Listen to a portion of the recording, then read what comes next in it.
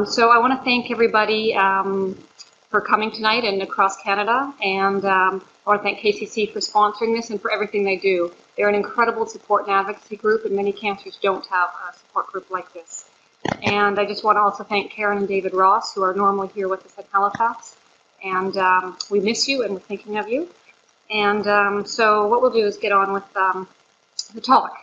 And so really we're going to cover 4 stages. As a medical oncologist, I tend to see stage 4 cancer.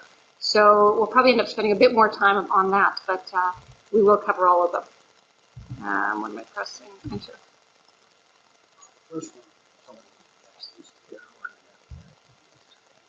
Okay, good. Okay.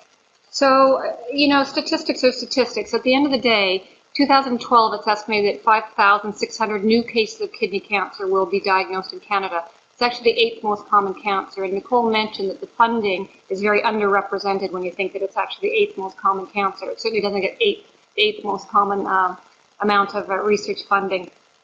About half of kidney cancers, about more than half are treated for cure. So they're diagnosed at a stage where you can actually cure them, and just under half aren't. Those that are cured, some come back. And so some people are diagnosed with the metastatic disease at the same time. Some people it comes back later on. The kidney, I don't know if anybody's actually ever seen their kidney or seen a picture of a kidney, but this is a kidney. So they sit, you know, anybody that watches boxing at all, you know you're not supposed to hit back there in your kidney area. You've got a left and a right in most people. Every now and then people are born with one, or they're born with both of them joined down here, which could be a problem. But that's actually what it looks like. And the kidney cancer can start anywhere at all in that. And how you operate on it obviously depends on where it starts. So if it's way up here at the top, then you can often get away with just removing part of the kidney. If it's way right here in the middle, you can't get away with operating on part of it. And there's different types of kidney cancer. So we use the word kidney cancer, kidney tumor, and renal cell carcinoma. It kind of sometimes means all the same, but it doesn't. So if you use the term kidney tumors in general, there's renal cell carcinomas, there's cancers that can actually start in the middle of the kidney, and that's the draining tubes, and those are called urothelial cancers, and they're treated exactly like a bladder cancer. So sometimes people assume they have a kidney cancer, but it's not. It's a special type called a urothelial, and in fact, they need to research bladder cancer instead of kidney cancer. You can have something called a medullary cancer, a collecting duct, a Wilms tumor, which those are usually the kidney cancers in kids, but occasionally adults can get them as well. You can have a lymphoma that starts in your kidney, something called a small cell, or other cancers can actually spread to the kidney. So when some people are diagnosed with a kidney tumor, you don't necessarily know which one of these it is. Renal cell carcinomas, though, tend to be very vascular. They have a lot of blood supply to them. So often on a CAT scan, they'll look a certain way compared to the other ones. But that's why, even if cancer is spread, we'll still often, or almost always, biopsy it to make sure we know which subtype of these it is. And then in terms of renal cell carcinomas or kidney cancers, there's different subtypes. And 80% are a subtype called clear cell. Others are papillary, chromophobe, sarcomatoid. So again, even if you think it's a renal cell carcinoma, we'll biopsy to find out which subtype it is, because it can make a difference in terms of prognosis or treatment. And I apologize, I tend to talk very fast. My patients will know that about me, so I'll try to slow down now and then. Staging is very important, and when I designed this talk, I realized that some people are going to know a lot about kidney cancer and some people very little. So I've tried to do something in between, but if you find that I'm too simple or too complex, then just again, let me know. So all cancers are staged with something called the TNM system. And T stands for the tumor, so how big is the actual tumor itself? N is it in any lymph nodes? M is has it spread or metastasized anywhere? And then you take the TNM data and you turn it into a stage. And the stage is called the AJCCC, which is the American Joint cancer something. But the staging system, and that's where you get your 1 to 4. And those staging systems are revisited every 5 to 6 years. So for example, one was 2002, the last one was 2009. And what they do is you want to prognosticate. So you want a stage 1 patient to actually statistically do very well. So you want to make sure that's a similar group of people. And stage 4 are patients where it's spread. And so again, they're obviously not going to do quite as well as stage 1. But you separate these groups to try to prognosticate and allow you to, say, figure out who's higher risk so that you can do studies specifically on that group of people. And so if you were diagnosed with your kidney cancer in 2002 and you were given a stage, by the 2009 criteria, you actually might be a bit different. Your stage probably isn't different, but your TNM probably is. And these are pictures. So this is a stage 1 kidney. So again, we get back to our kidney. And this is, you might have all heard about an adrenal gland. An adrenal gland is a little hat that sits on top of the kidney, and that's kind of what it looks like. And this is a tumor that started in the kidney, and it's smaller than 7 centimeters. So that makes it a stage 1. And these are often the cancers that you can treat with a partial nephrectomy, just removing that lower part of the kidney.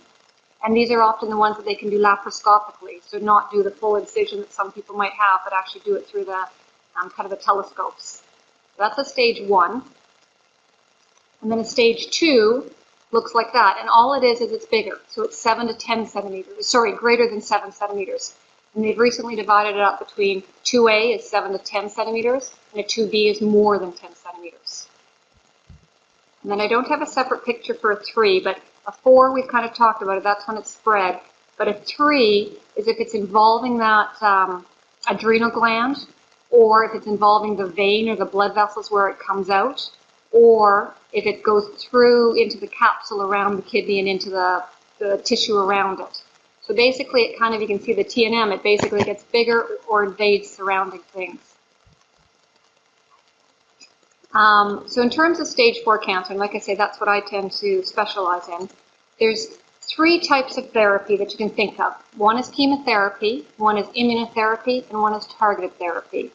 And if we just talk about chemotherapy for a second, chemotherapy does not work in most kidney cancers. And so they tried a whole bunch of different drugs in the past, and really it's not very helpful with a few exceptions. So in case anybody's out there on chemotherapy, there are some exceptions. Immunotherapy was really, if you look at these top 2 things, interferon and interleukin-2, those are what we used pre-2005. So if you were diagnosed with metastatic kidney cancer prior to 2005, that's what you would have been offered. And how we even thought of immunotherapy is kidney cancer and melanoma. Melanoma is a skin cancer. Those are the 2 cancers that can spontaneously go away. So you can have metastatic disease and it can just go away on its own. It tends to be in people that are totally asymptomatic and tends to be mostly just in the lung. But because of that, we know that people's immune system somehow took care of it. And so that's why all the research in immunotherapy. After 2005 is where all the targeted therapies came on board. And so really immunotherapy has kind of fallen by the wayside. It's kind of getting a resurgence again, and I'm just going to mention this class of drug. It's anti, which means against, cytotoxic T lymphocytes. So that's a type of white blood cell. And there's now newer therapies targeting certain cells that are involved in the immune system. And so it's called, specifically this one's called PD-1 or program death 1. So if anybody's avid internet searchers and stuff, you might have seen that term because they're doing clinical trials with it now, and they're planning a very large phase 3 trial comparing this one to one of our targeted therapies. So immunotherapy may actually make a resurgence, but it's interesting, it's targeted immunotherapy. So then we talk about targeted therapy, and you say, what is that? And how I always explain it to my patients is, you think of cancer like the seed in the soil, and chemotherapy kills the seed, so the seed is the cancer cell. Chemotherapy kills that. These targeted therapies affect the soil around which the seed grows. So you don't let the seed grow anymore. And that's targeted therapy. And how you do that is you figure out which pathways are more active in kidney cancer, and you specifically target therapies to attack those pathways. So it's kind of like your major freeway into a city. If you can block the major freeway into the city, you'll cut down all that traffic. And one of the problems is everybody always gets commuter roads. So eventually targeted therapy tends to wear off because the cancer figures out a way to bypass that blocked freeway. So that's my best explanation, my most scientific. So the 2 main pathways that we target in kidney cancer right now are the VEGF, which stands for vascular endothelial growth factor. And vascular means blood vessel, and endothelial means the lining of the blood vessel. And the mTOR pathway, and unfortunately that's got a horrid name. It stands for mammalian, which is mammals, target of rapamycin. And rapamycin is a drug that's been around for a long time, and it's used as an anti-rejection drug. If you had a kidney transplant, for example, you'd get this drug. and it's from the island, Easter Islands, Rapa Nui. So that's how it gets its name. People aren't very original with drug names. But unfortunately, that name is stuck with that pathway. It'd be nice if it was shorter. So in the VEGF pathway, there is now this whole host of drugs, that list of drugs that affect this VEGF pathway. And you can see, I put in the names of the actual name and then the marketed name, and I'll try to use the generic names because, again, that's how they came up, and I can't pronounce many of the new ones. So sorafenib, sunitinib, pazopanib, axitinib, so that one, and dabotinib. And you can see they all end in ib. And ib means they work inside the cell. So this pathway has a pathway, or the growth factor can attach to the receptor on the cell, and then it causes a whole bunch of events in the cell, and those first 5 work inside the cell. So they're called IBs. And the last one is bevacizumab, and it's a mAb, and it works outside the cell. So you guys don't really need to know that, but when we're talking MIBs and mAbs, that's what we're talking about. And so these first 3 are all approved in Canada for kidney cancer. The last 4 are not, but we'll still talk a little bit about them, okay? And so that's one of the problems for you when you're on the internet and stuff like that, because a lot of these drugs you'll see out there if you are on the internet, but you don't necessarily know as a patient when they're approved by Health Canada, the FDA, or the European Union. And unfortunately, Canada is about a year behind the FDA in the US. So whatever you see that, add a year. And then the problem with Canada is even though it's approved Canada-wide by Health Canada, as you know, healthcare is a provincial jurisdiction. So each province then has to decide if they're going to fund it or not. And so far, that's not very universal. And that's one of the main things that Kidney Cancer Canada has done, is they do not want your postal code to decide what treatment you get. So if you're in PEI, you should be able to get the same treatment if you're in BC. And BC, by far, is the province that's always on the forefront of funding these drugs sooner. And one of the other problems in Atlantic Canada that the rest of Canada often doesn't face is, in Western Canada, all cancer drugs are covered. And in Atlantic Canada, only IV are. So oral drugs are funded differently in Atlantic Canada than Western Canada. And Ontario and Quebec are kind of somewhere in the middle. So that's your list of VEGF, and there will be a quiz at the end, so make sure you get them. And that is just a picture to show you this actual VEGF pathway. And this is actually the simplified version. So this is the cell, this is outside, those are all the things that happen, and those are all the things that happen inside. So you can see that if you've got a drug that affects only this part, for example, well, you're affecting part of the pathway, but there's sure a lot of other stuff going on as well. So you can see, again, if you kind of think of that freeway analogy, there's other roads that the cancer cells can try to take. But if we block the biggest freeway, that's a good thing. And so the mTOR therapies, I'll just say the 2 names, are temsirolimus and everolimus. So the first one I forgot to put in the trade name, sorry, is Toracel, and the second one is Afinitor. And they end in musses. So the musses are the mTORs, M and M, you remember. And so how I'm going to talk about these a little bit and how they've been studied is first line, so that's people that have never had any treatment for metastatic kidney cancer. Second line, and second line is kind of divided into 2 categories. One is prior immunotherapy. So in 2005, well, 2002 to 2005, when all these studies were being done, the only other therapy was immunotherapy or cytokines.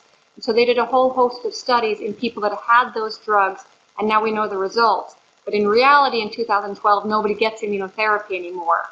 So they've kind of talked about as second-line trials, but they're not really second-line because we don't use the first line anymore. That's the confusing part. Or the other second line is they've had a prior targeted therapy. And then third line and fourth line and fifth line and sixth line and seventh line. And so in first line, out of all the studies that have been done since 2000 until, I think, probably going back to some of the first sunitinib trials was probably about 1998. So since then, what we know is that sunitinib is better than interferon. That was our old immunotherapy.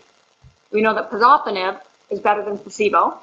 And they did that one in Europe. In Canada, in North America, you wouldn't have been able to have a placebo arm because you would have used interferon. Temsirolimus is better than interferon. And this one is better than sorafenib. I don't know why, I just can't say that one. What we don't know is about all those ones that are better than something, which one is better than the other. So is this one better, is Sutent better than pazopanib? We don't know. Is temsirolimus better than pazopanib? We don't know that. So there's been very few comparative studies, if not none. And part of that's just realistically time. I mean, really, the first one of these was approved in Canada in 2006. So it's actually not been that long. And these studies involve 750 people, 800 people, etc. So it takes a lot of time. What we do know is there's a study of sunitinib versus pazopanib that's pending. And what they're trying to show is that they're equivalent, that one's not better than the other, but they're hoping that the side effect profile may be better.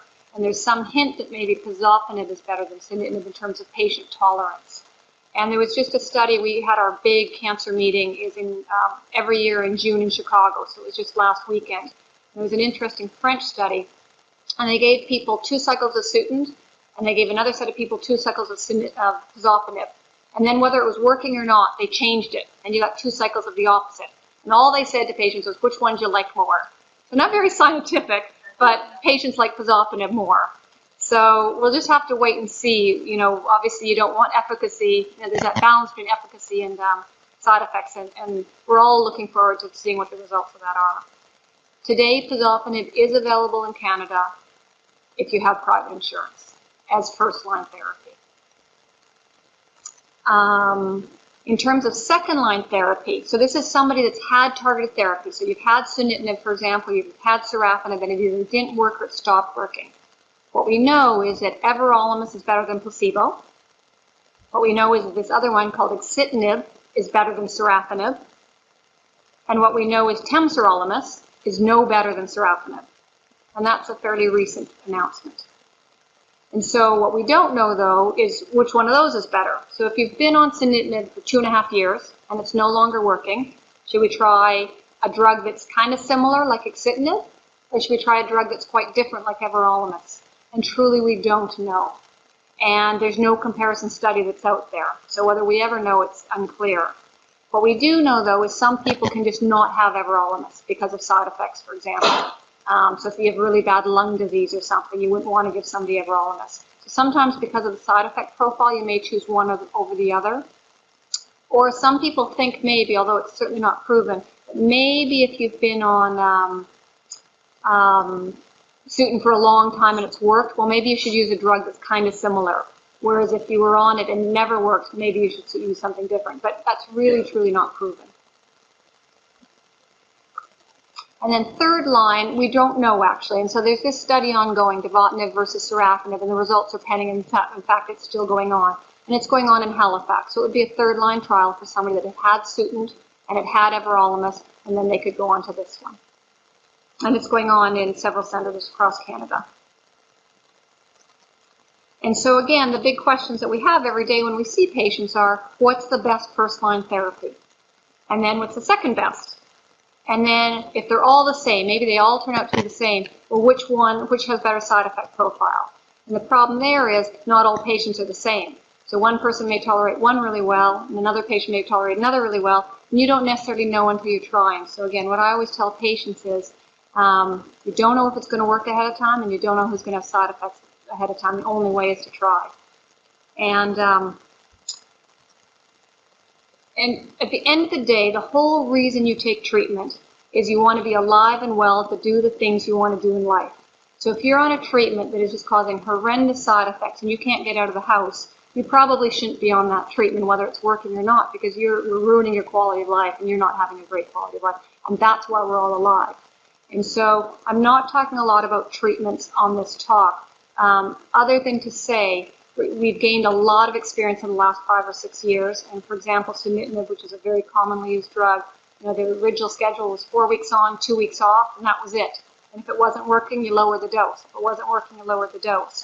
And now we know that for some people, the dose is very important. And keeping at 50 milligrams if you can is important. So a lot of people now will change the schedule, for example, 2 weeks on, 1 week off. Because anybody that's been on Sutent, that week 3 and 4 are the rough weeks. And in fact, Canada is going to be doing a study very soon that looks at very individualized treatment. So you will be able to individualize how many days of 50 milligrams a patient's on based on their symptoms. So it's very personalized. And in fact, the protocol is even going to allow for some people to go up. And anybody on 50 is probably going, please don't make me take more. But there's probably some patients where you could actually push the dose a little bit. And we never have, but in a clinical study, it allows you to do that. And it's really about trying to educate patients and caregivers and keeping on top of things. So as soon as your mouth gets sore, to try a mouth rinse that works for you, and one mouth rinse that works for somebody may not work for the next person. So again, it's trial and error. You know, as soon as you have diarrhea, get on that Imodium so that you don't get behind the 8 ball. Treating the nausea if you have it aggressively, those sorts of things. And again, for anybody that's new to Suitin or these drugs, or doesn't know about KCC, they've got a great resource on their website that's all written by patients about tricks of the trade, about how to deal with side effects, especially the skin side effects and things like that. So if you haven't seen that on their website, it's a great resource. At the end of the day, though, some people do need to go down on the dose. So if you are down on the dose, it's not necessarily a bad thing, because again, some patients a lower dose does work just as well. Okay. So if we talk about stage 2 and 3 disease, so again, we talked about stage 2 being more than 7 centimeters, or stage 3 being involving that adrenal gland or the tissue around the kidney or the lymph nodes. And the other thing other than stage that we look at is the grade. And I don't know if anybody's heard that term before, but the grade of a cancer is how different the cells look from normal kidney cells. And most cancers are graded, so breast cancer, colon cancer, lung, on a scale of 1 to 3. So 1 is a very well-differentiated tumor, a 2 is an intermediate, and a 3 is a high grade, so it looks quite different. Kidney is different in that it's on a 1 to a 4 scale. So 1 is very, very low grade, it doesn't divide a lot, those sorts of things. 4 is a high-grade tumor, and then what you can also have, and I mentioned the term earlier, is sarcomatoid cells. And sarcomatoid are felt to be higher grade, and clear cells, most kidney cancer cells are nice and round, and sarcomatoid cells kind of look more like that shape. It's called a fibroblast, but that shape, and that carries a higher risk. So along with the actual size and where it is, you actually have to look at the cell type and things like that and the grade of the cancer. And so up until now, if a person has stage 1, 2, or 3 disease, they have an operation and there's no further treatment offered. Because up until today, we have not known of any treatment that helps patients. And in the old days, there were trials with interferon, which was our immunotherapy, and there were trials in higher risk patients after surgery, and they got interferon, and there was no difference in the survival. Part of the reason might have been that many people stopped the treatment, because interferon for a long time does cause a lot of side effects. And so the standard of care, even today, is after a high-risk surgery that you don't get any other treatment. And we'll talk about follow-up towards the end. But the question now is, does adjuvant treatment help? And what adjuvant means is you don't have any known cancer left behind, so the surgeon got it all, but you're at higher risk of it for coming back.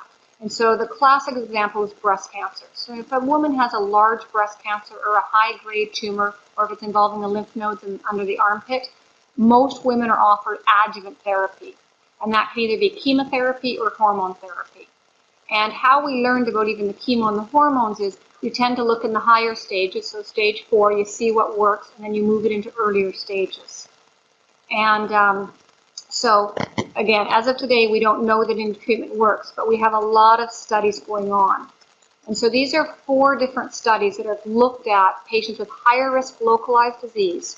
And in one of them that Canada participated in, you either got sunitinib for a year, sorafenib for a year, or placebo for a year. And the reason why you have got placebo is because that's the standard of therapy, no treatment.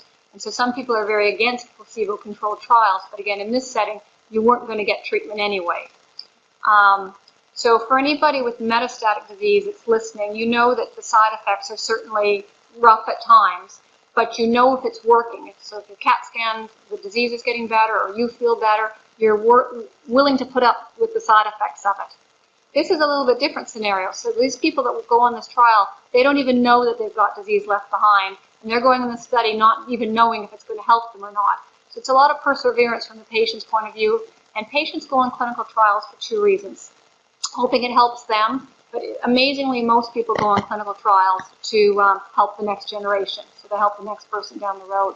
And when we break out into sessions later, one of the people here is Heather Walker, and she's a research nurse that works with me, and so certainly for Halifax, every single kidney cancer patient that's gone on a study has seen Heather over the past 10 years. So the second study is one being done in the UK, and it's sorafenib for a year versus sorafenib for 3 years versus placebo. So again, trying to get people to stay on it for 3 years when they don't necessarily know they need it is a tough thing. And then third one is sunitinib versus placebo for a year. And then the last one that actually Halifax and many Canadian centres are participating in right now is pazopanib versus placebo for a year. And the question is, and the hope is, that these will actually cure more people. So not just keep it away for a while and not just prolong things, but actually truly cure more people, just like chemo does in breast cancer and hormones do in breast cancer. No cancer yet has been shown to have that improvement with targeted therapy. So targeted therapy has not yet been looked at in this setting, in the adjuvant setting for any cancer. And out of all the cancers out there, it makes the most sense in kidney because targeted therapy has really impacted kidney cancer probably the most out of any other cancers. So our hope is when these are all reported that we're actually curing more high-risk patients. And then obviously it's a discussion with the patient. So for example, if you say, going on Sutent for a year will increase your cure rate by 5%, some patients may choose not to. If you say it'll increase your cure rate by 50%, probably more patients will. So whether a patient actually takes a therapy or not, it's a risk-benefit ratio for that each individual patient.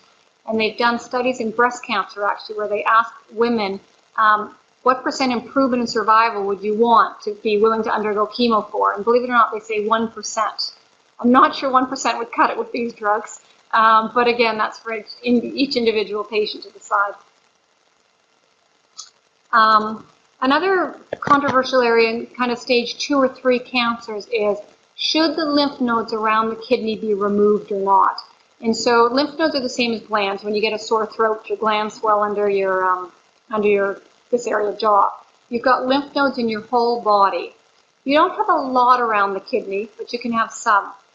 And so it's not known who should exactly get their lymph nodes removed and how extensive the lymph nodes should be removed. Certainly people that have obvious lymph nodes around the kidney at the time of surgery do have those removed. If you don't, they tend not to. And one thing is, it's very difficult to do laparoscopic lymph node removal. So say you're able to take your kidney out laparoscopically, so the easy way with the telescopes, you can't really do the lymph node dissection at the same time. And so if you have that surgery, you have to have an open surgery. So that's a bit of a controversial area. And then in terms of, we kind of talked a little bit about this before, but this advantage in stage 1 and 2, so for those smaller tumors is, again, the laparoscopic surgery. Not everybody can have it. And then what Nicole was mentioning, partial nephrectomy, or what we call nephron sparing. And the nephron is the unit in the kidney. It's called a nephron. And so the idea being, and that's why you get nephrectomy. Ectomy means take it out, nephron is the kidney parts. And the idea is if you try to leave as much kidney behind, that's a good thing. Because as all of us age, we lose kidney function normally. So kidney function of a 20-year-old is much better than kidney function of an 80-year-old. So you want to keep your kidneys. And the other thing is the treatments that we give sometimes, we need to have okay kidney function. Although these drugs, many of them can be given to people on dialysis. But if people happen to get diabetes on top of it, or high blood pressure and things like that, that can also be harmful to the kidney, you just want as much normal around as possible. Partial nephrectomies can sometimes be done laparoscopically, and sometimes they have to be done openly, again, kind of depending on where the surgery is. And open, again, means at the bigger incision.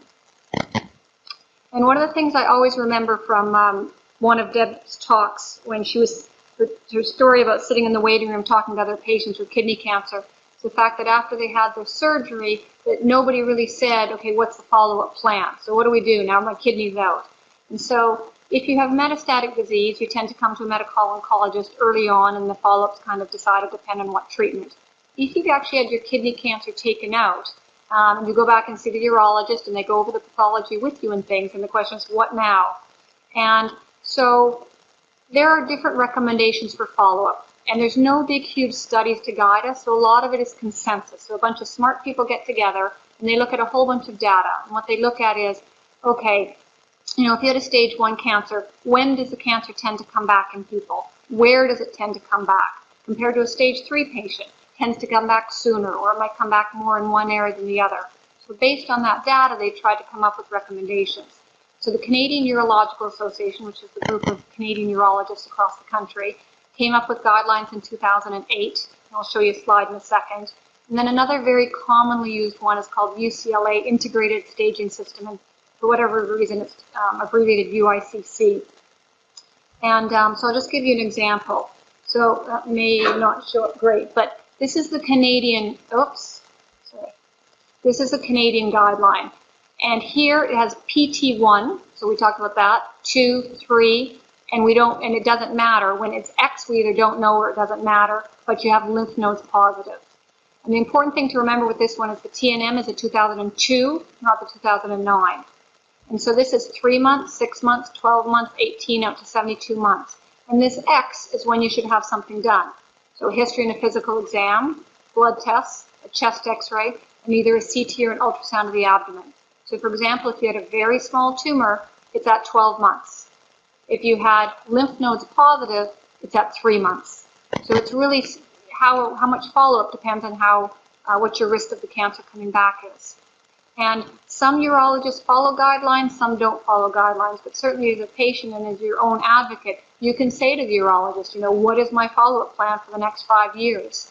And, the hope is that one day we'll actually have a checklist that you can take or put on your PDA or whatever, your iPhone, and that you can keep track as well, because again, you're your own best advocate. You're the one that's going to keep track of your health better than anybody else.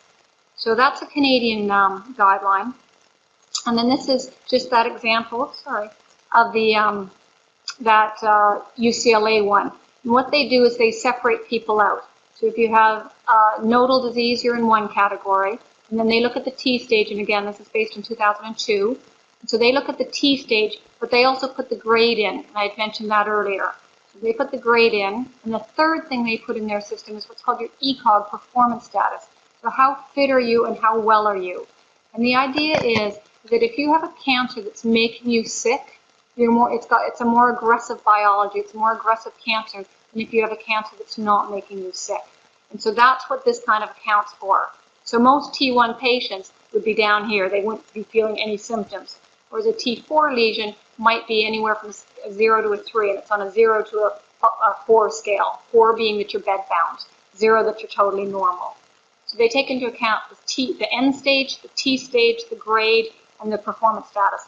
And they divide you into low, intermediate, or high risk, or very high for up here. So I've just put in 2 examples, for example. So again, this is at year 1 to 5, and this is what they suggest. So in fact, for low risk, they suggest no imaging at years 1, 3, and 5. They just have it at 2 and 4, and that's a bit different than the Canadian guideline. And then the high-risk ones, they again have it here. So in fact, they have no imaging at month 30, so it's that 2.5 years out, and they have imaging at those other intervals, so that's months on the top. And these are kind of in a flow sheet like this because this is the one that Nova Scotia is actually going to adapt. And so our hope is that we're actually going to give this to patients or have the doctor keep it in his chart. So you can just check off here or actually put the date in when it's due and things like that. And again, we've got your history and physical, because again, how you feel and what we find is probably one of the most important things. If you feel fine, it's often a good sign. Lab studies, and everybody, everybody loves hearing my lab tests are normal. Problem is lab tests, you have to have a lot happening in your body for lab tests to be abnormal. And so really if you have cancer in your liver, you have to have a lot of cancer in your liver to have abnormal liver function tests. To have cancer that's spread in other places, it actually has to be, a fair bit to actually cause you to be anemic, for example. So sometimes I think we actually put too much emphasis on normal blood tests because they may be normal and something still may be going on. Part of the reason for those lab tests is really again to monitor your kidney function. So for people with 1.5 kidneys or only 1 kidney, you want to make sure that the kidney function is okay and things like that. There's controversy about whether you should have chest x-rays or CT scans of the chest. And most people, again, kind of intuitively people say, oh, definitely do CAT scans in me. CAT scans are going to be better.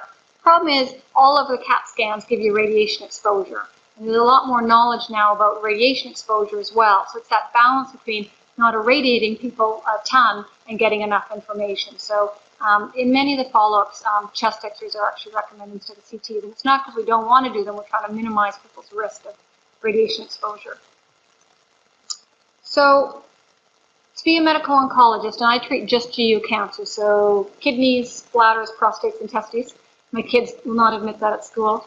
My 12-year-old son is mortified at the thought of it, and I keep telling him I think I'll come in and give him a testicular cancer talk at his school, and he's just terrified I might.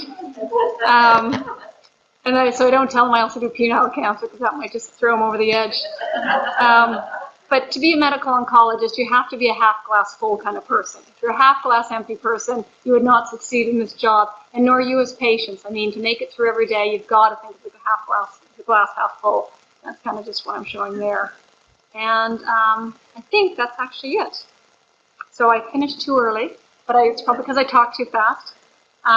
So I'm more than happy to answer questions here, and maybe if we have them here, I'll just repeat them. And if we have questions on the outside,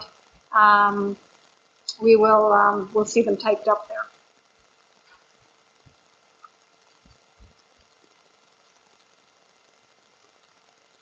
So I'll just maybe ask a question of you guys. So how many people here, if you don't mind saying, and if you do, that's okay, had localized kidney cancer to start with? A few. And how many people were given schedules, follow-up schedules of what was going to happen? So a couple. So just across the room, it looks like about half were given a follow-up schedule and they had localized kidney cancer. And I think, I think in the last 5-10 years, there's been this whole movement called cancer survivorship, where again, patients are saying, patients are expecting more than they used to. And so the ASCO, which is the American Society of Clinical Oncology, and they're one of the main cancer organizations that we as oncologists belong to. One of their main mandates recently has been these survivorship or care maps. So that if you had X cancer, you'd be actually able to go on and get information about it, and your doctor would have that same information. Between the two of you, you discuss again what the best follow-up for you is based on the evidence. And sometimes patients don't want scans. Sometimes patients want a whole bunch of scans and that kind of thing. So it would be a discussion between the two of you and your family and obviously anybody else involved to decide what the best plan is for you. And those are more for localized patients as opposed to metastatic patients, because with metastatic patients, you're often in the cancer system where sometimes you can't get away from us, even though you'd like to sometimes. So there's just a question from Deb maybe that I'll answer. So her question is, where do you think we'll be in kidney cancer treatment in 3 to 5 years? It's a loaded question. So unfortunately, I don't know if the adjuvant studies will know the results in 3 to 5 years, and that's a good thing because it means patients are doing well and the cancers aren't coming back. But in 5 years, hopefully we do, and my hope is that those adjuvant studies are going to be positive, obviously, and we'll be able to take those higher risk localized patients, treat you for a year, and markedly improve the person's chances of cure. In colon cancer, we started with a year's worth of treatment, and now we've got it down to about 6 months. And so that would be the next thing. Is so if a year worked, well, can we shorten that, for example, to 6 months, so to try to, again, minimize that toxicity. So I hope in 5 years we'll have some of the results from the adjuvant trials. In terms of metastatic, there's a couple different directions.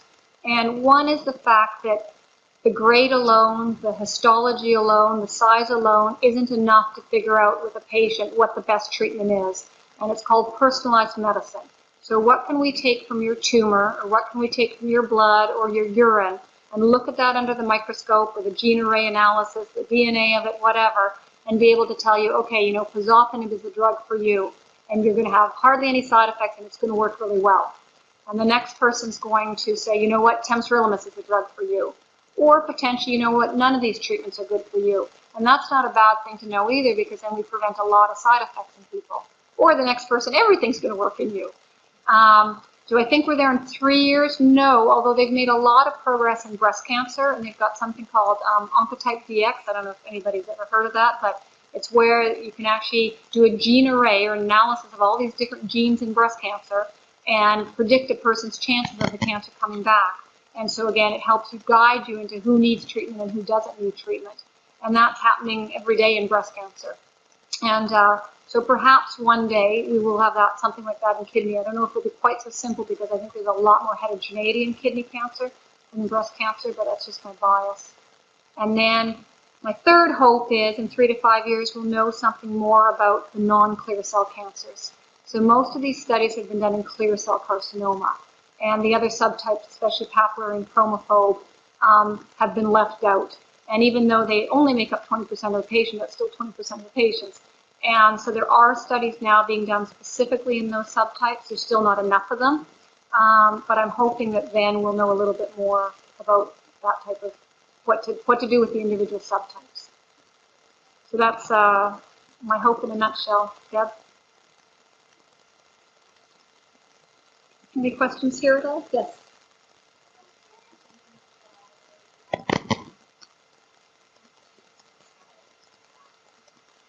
So the question is, what's the reliability on PET scans and CAT scans for kidney cancer? And so what a PET scan? So a CAT scan is, has anybody seen their CAT scans in the room? So CAT scan gives you a three-dimensional picture of your body, and it's very good for almost all parts of the body. Where MRI is better is the brain and nerve tissue and joints. So, for example, people that have arthritis and they're getting scoped, they'll often have MRIs of their knee. That's also very good for the brain. CT scans are very good for the rest. A PET scan is a nuclear medicine scan, and so what they do is they inject something radioactive into you. And so it's kind of similar to a bone scan if anybody's had one. So they inject radioactive technetium into you. And wherever there's increased activity of bone cells will show up as a black spot. And your skeleton's kind of gray and it'll show up really black. Problem is lots of things can show up black. So arthritis, infection. If I ran myself against the wall, it would show up black on my shoulder. So black doesn't necessarily mean cancer, but sometimes a pattern. So that's a nuclear medicine scan. And you might have all remembered a few years ago when Chalk River was shut down. So we were short of all that technetium. And Canada, in fact, was one of the world suppliers of it. So the whole world was short. So a PET scan is a nuclear medicine scan, and it's radio-labeled glucose. The idea being that cancer cells take up more glucose than normal cells. And so what happens is you do CT scan images and you do a PET images, and they're superimposed. And the PET images are different colors. So you see red, orange, green, and blue, depending on how much glucose is taken up. So if you have a red spot right there, and your CAT scan has a lump right there, it's probably cancer. Not all cancers take up glucose. And so, for example, lung cancer and head and neck cancers take up a lot of it. So it's very useful in those cancers. In people where you know there's already an abnormality. So if you know somebody has a lung cancer and you see some small lymph nodes, they have to be at least 8 millimeters in this area, it makes a big difference to that person whether those are cancer or not. And if they're cancer, they often can't have surgery to cure them. And so in that situation, you do a PET scan to see if those slightly abnormal lymph nodes are cancer or not. And if your lung cancer takes up glucose and these take up glucose, it's cancer. If they don't take it up, then it's probably not. The problem with kidney, so first of all, with PET scans, you need to have an abnormality. So I can't just go in and have a screening PET scan if I have no abnormalities because the sensitivity is way too low. You have to have an abnormality there. So it helps figure out if an abnormality is cancer. Kidney cancer isn't particularly PET avid, so it doesn't take up a lot. So you can have a PET scan, and I can have a known kidney cancer metastasized to my lung. You can do a PET scan, and it doesn't take up the dye. If it's positive, it's helpful, but if it's negative, it's not helpful. And so really, we don't tend to use very many PET scans in kidney cancer for that reason. The CT scan that you have with a PET scan is actually a little bit lower resolution. So they you get a little bit less radiation exposure, and when you get a bit less radiation exposure, the quality is not quite as good, but in most cases it's fine. It's just not super, super good. So the CT scan is usually fine in most people, and then, like I say, they just superimpose these two images, but PET's rarely used in kidney cancer. And it's not good for the brain at all. So you take up a lot of glucose in your brain normally, so for any cancer, it's not good for brain disease. Yeah, I don't know if I can go back up there. Yeah. Do I think certain foods could help kidney cancer, and if so, what would it be? A few years back, Deb will remember, you might, Nicole, as well, there was a dietitian that gave a talk. Bob, I think you were here at that one too. And she scared all of us. I think by the time we left, we didn't know what to eat. And I think we were going to be paying $1,000 a month because they were all organic, and I don't even remember, but and again, as a mother, I walked home thinking, what am I supposed to feed my kid? You know, we truly, truly do not know if there's certain foods that propagate cancer, prevent cancer, once you have cancer, influence the treatment. And so what I say to patients is a heart-healthy diet, because we all need a good heart, and certainly these drugs can have some heart side effects. And so, again, all of us need it, because we don't know how long we're going to be around, any of us. So you need to make sure your cholesterol stays okay, your blood pressure stays okay, you limit your amount of salt. You know, all those antioxidant foods like your cauliflowers and your broccolis and stuff better than not? Truly nobody knows. I think some people, it helps them feel better, and so if anything helps you make you feel better, go for it, unless it costs you $1,000.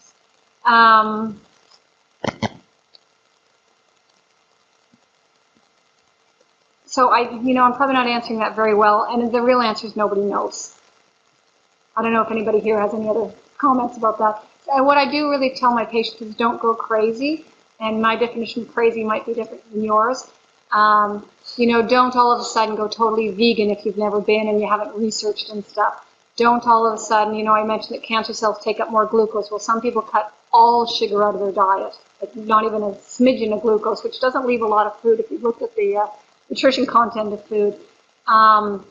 I don't suggest that. I don't suggest, the Atkins diet all of a sudden or anything like that. I just suggest sensible things in moderation.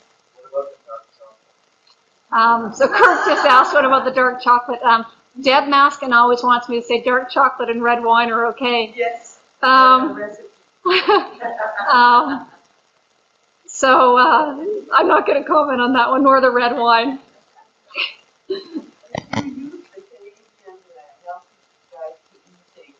And you just take care to reduce the weighty proteins like beef and you try to lessen the cost. Yeah. And then the thing you have behind that water really is the cure for kidney cancer, and you have lots of water all the time. So Nicole was just saying, again, from her point of view, just adhering to the Canadian food guidelines, not a lot of red meat, cutting down salt, and always making sure you drink lots of fluid. And, again, one of the things that the urologist should talk to you about post-surgery is ways to protect your one kidney or your 1.5 kidneys. And so really that is staying well hydrated. And all of us are supposed to drink 2 liters of fluid a day. In fact, it probably shouldn't be pure water, because if you drink all of just pure water, it actually doesn't have enough sodium and it can lower your sodium. So again, a mixture of things, soups, juices, water, just a mixture.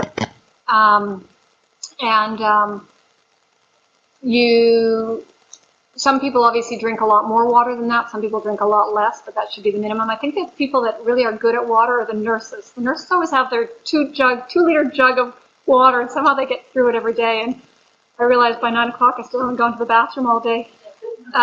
So water is important, and you need to avoid, in most cases, the anti-inflammatories, so things like ibuprofen and Motrin and Advil and those sorts of things. A dose now and then is probably okay for most people, but chronic use of those can harm the kidney. There are some antibiotics that can harm the kidney, but most of those are given intravenously and would be in a hospital, so your doctor should know that you've only got one kidney.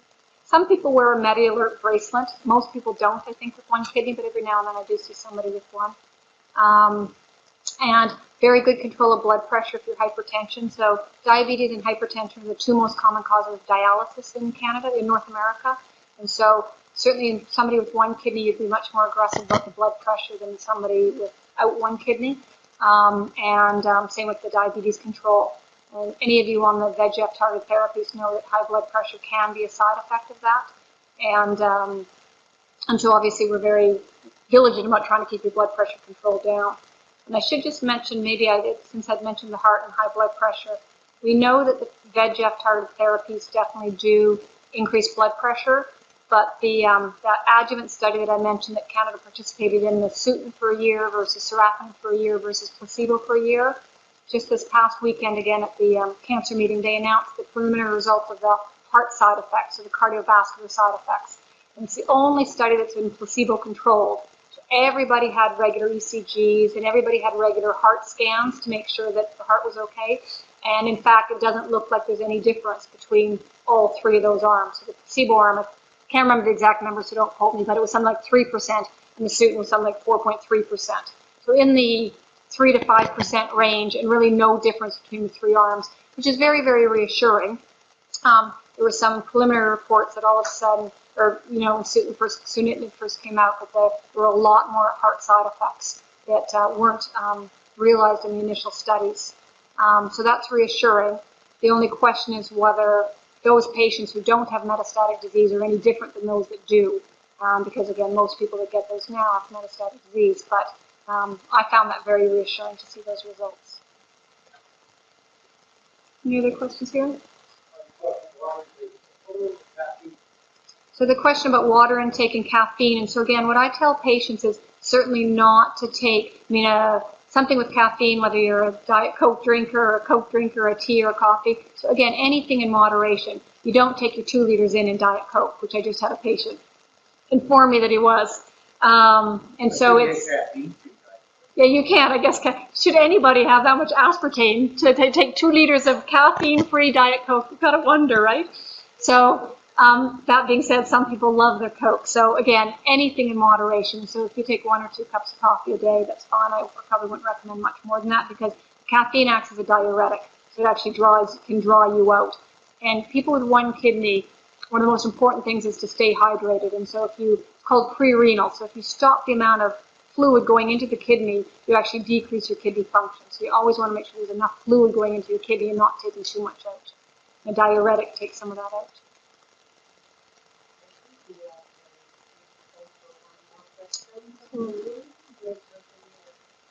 So Nicole was just saying we have time for one more question.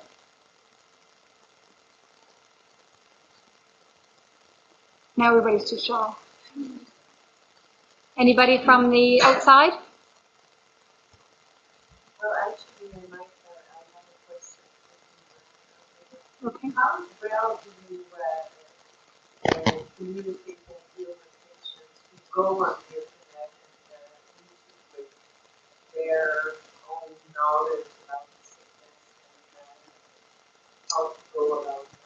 So Nicole is just asking a question of how well I deal with patients who go on the internet and come in with information and ask questions. And again, I've never had cancer, so I can't tell you what I would do, but certainly for the patients that find they need to look at the internet and be their best support and advocate themselves, then I fully support it. And some patients don't want to ever look at that information. Other patients want to look at a lot. And so what I try to do is provide them with reliable websites. So again, for example, KCC being one of them. Because the worst thing you can do is go on websites that aren't reliable. Most hospital websites are, but again, what I caution them, having worked in the States before, is they're also looking for your business. So if you're in Tennessee, Houston's trying to get you to come to Houston, for example. So it's often like an ad as opposed to information. So I think so long as it's reliable websites. Obviously, a lot of people come in asking about alternative therapies. And one of the biggest problems is we just truly don't know the data about alternative therapies. And so, again, I just recently had a patient on a number. And so what I do is take the list over to the pharmacy and we go through it. And if, for example, all of these VEGF therapies, they require a certain pathway through the liver. And so if you're on a bunch of alternative therapies that require that same pathway, then we need to sit down and discuss it. And if it looks too risky, then I'm probably not going to be able to give you the target therapy. We'd lower the dose. But I'll tell people that and the rationale behind it, and then it's up to them to decide. Some patients that really go on the internet a lot and bring in a lot of information, what I do is I book double appointments for them, because I know I can't get it done in a single appointment with certain people. Or that's why I'm really late in clinic sometimes. So I strongly support it, so long as it's reliable websites. And then my job and KCC's job is to provide people with that reliable information.